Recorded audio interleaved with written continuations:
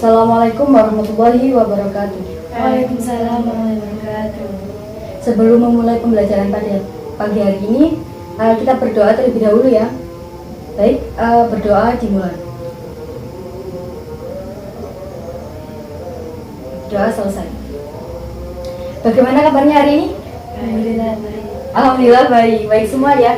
Ada yang tidak masuk? Ada yang tidak masuk? Masuk semua. Masuk semua. Iya, masuk semua ya. Alhamdulillah masuk semua. Sebelum saya masuk ke pembelajaran, kan ini masih pagi, biasanya itu masih kurang fokus. Kita memfokuskan diri kita dulu sebelum kita masuk ke pembelajarannya. Dilihat dulu, ada sebuah video, dilihat, diperhatikan baik-baik ya. Oke, 1, 2. Nanti dijawab.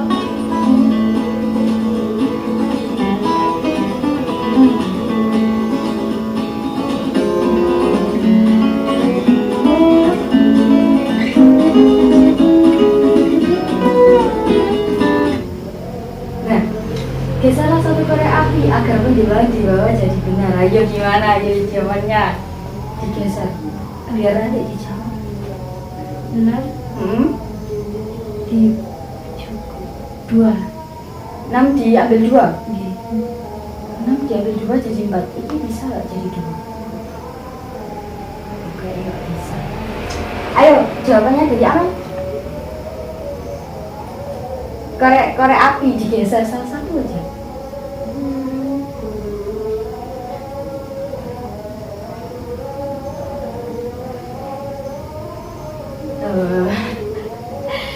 Kayaknya nggak bisa. Kita lihat jawabannya gimana.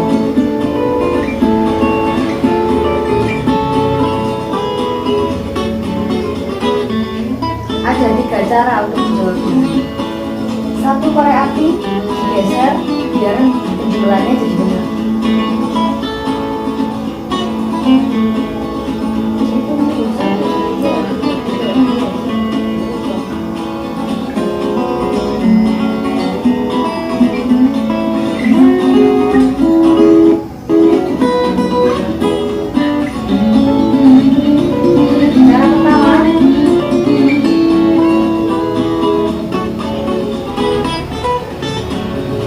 Digeser itu korek sebelah sini, digeser ke sini. 5 tambah 4 jawabannya 9. Jadi benar kan? Ada cara kedua, berarti cara kedua korek digeser, korek sebelah sini digeser jadi ke sini. Berarti 0 ditambah 4 sama dengan 4. Ada cara satu lagi, cara ketiga. Cara ketiga yang digeser adalah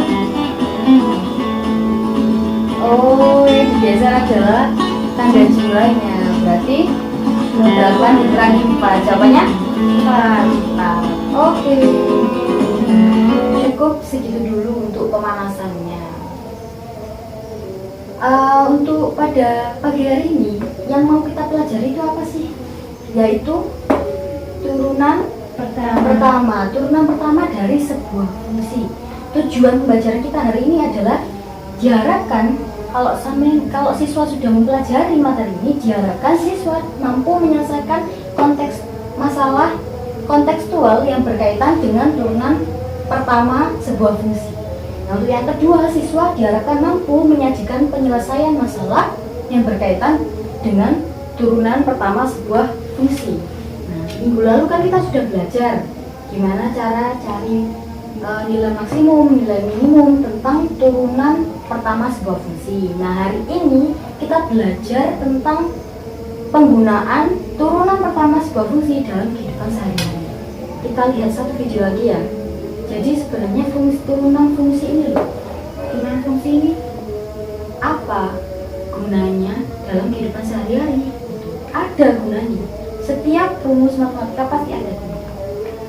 Ini adalah pertama, penerapan turunan yang paling umum digunakan adalah untuk menentukan nilai maksimum dan minimum. Oke, Yang kedua, turunan dapat digunakan untuk menentukan kecepatan dan percepatan sehingga sering digunakan dalam pekerjaan dan penelitian yang membutuhkan ilmu fisika. Selain itu, percepatan juga digunakan dalam menghitung laju percepatan pada kegiatan lempar lembing, lempar cakram, menembak, dan lain-lain.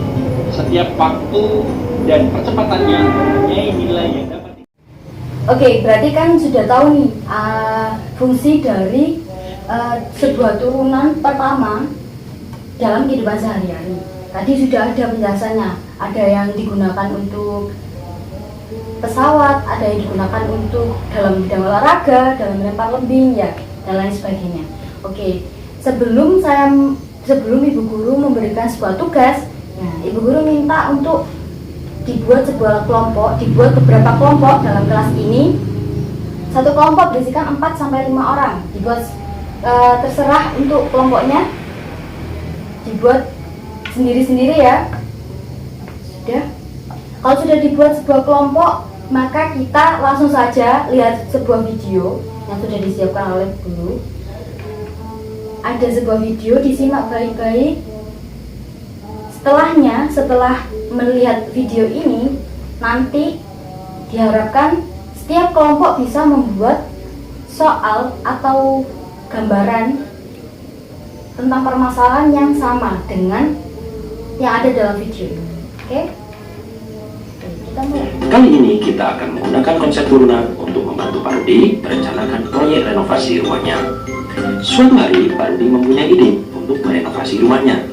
Ia ingin menambahkan pagar agar tampak lebih cantik. Tapi yang membuat Pak Rudi ragu adalah apakah uang tabungannya cukup untuk membiayai renovasi itu. Kemudian Pak Rudi pergi untuk menemui seorang konsultan pembangunan. Konsultan itu bisa menghitung semua kebutuhan untuk renovasi sesuai yang Pak Rudi harapkan. Ia menghitung biaya untuk material, ongkos tukang, dan lain-lain.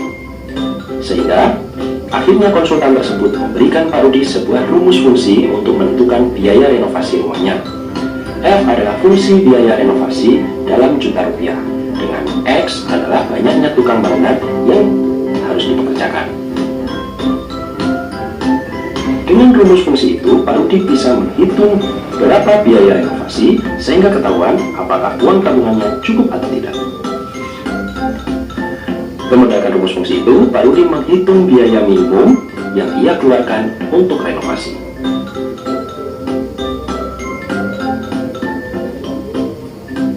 Pak Rudi ingat ketika SMA belajar matematika bahwa suatu fungsi mencapai minimum ketika turunannya sama dengan 0.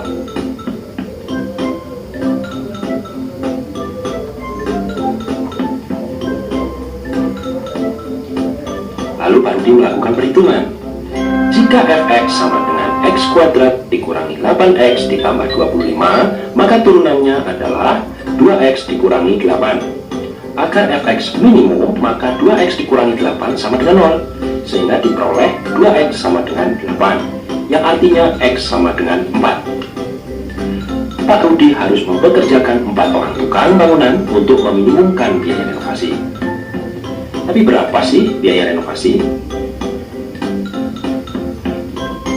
Untuk 4 orang tukang bangunan, biaya renovasi diperoleh dengan mengganti nilai X dengan 4 pada rumus fungsi biaya. Untuk X sama dengan 4, nilai Fx adalah 4 kuadrat dikurangi 8 kali 4 ditambah 25, sehingga Fx sama dengan 9. Dengan demikian, Pak Rudi tahu bahwa dia harus menyiapkan uang sebesar 9 juta rupiah untuk merenovasi rumahnya. Mudah-mudahan uang tabungannya cukup ya untuk itu. Oke, berarti dari video tersebut permasalahannya adalah Pak Rudi ingin membangun atau merenovasi rumahnya dan ingin mencari nilai minimum atau biaya minimum yang dikeluarkan dalam merenovasi rumahnya. Nah, dengan menggunakan cara apa? Terdapat sebuah fungsi dan kita harus mencari turunan pertamanya untuk mencari biaya minimum tersebut. Nah, berarti itu kan penerapan turunan pertama sebuah fungsi di dalam kehidupan sehari-hari. Contoh penerapannya seperti itu. Nah, karena tadi sudah dibagi menjadi beberapa kelompok. Ibu minta setiap kelompok membuat permasalahan yang sama, yang hampir sama dengan video ini, di dalam video ini, dan beserta jawabannya sekalian. Nah, setelah itu setiap kelompok harus mempresentasikan maju hasil pekerjaannya, satu permasalahan saja, satu contoh saja, beserta jawabannya. Ibu kasih waktu 20 menit ya. Ya. Bisa dikerjakan dimulai dari sekarang. Ya. Apakah ada masalah? Tidak. Ya, belum ada masalah ya berarti. Sudah selesai semuanya? Sudah. Nah, karena sudah selesai semuanya, setiap kelompok sudah mengerjakan, berarti tinggal maju mempresentasikan ya, satu kelompok maju dulu. Kelompok pertama silakan maju. Bagaimana untuk permasalahan kelompok pertama dan penyajiannya? Apakah jawabannya sudah benar? Benar. Ya, benar ya jawabannya. Nah, yang digunakan kelompok pertama ini adalah mencari nilai maksimumnya, hampir sama seperti nilai minimum tadi, menggunakan turunan pertama lalu dimasukkan nilai S-nya. Ya, dilanjutkan dengan kelompok selanjutnya. Oke, karena pembelajarannya sudah selesai.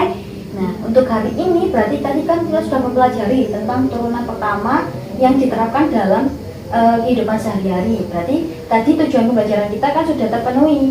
Siswa kan tadi sudah bisa menyelesaikan pemasahan kontekstual atau permasalahan dalam kehidupan sehari-hari tentang materi turunan pertama sebuah fungsi. Nah, selanjutnya siswa juga bisa menyajikannya tadi kan sudah maju, setiap kelompoknya sudah maju satu persatu dan menjelaskan satu persatu hasil pekerjaannya. Nah, segitu untuk hari ini, segitu saja untuk hari ini. Semoga bermanfaat bagi kita semuanya. Jangan lupa belajar untuk minggu depan. Nah, Ibu akhiri, wassalamualaikum warahmatullahi wabarakatuh.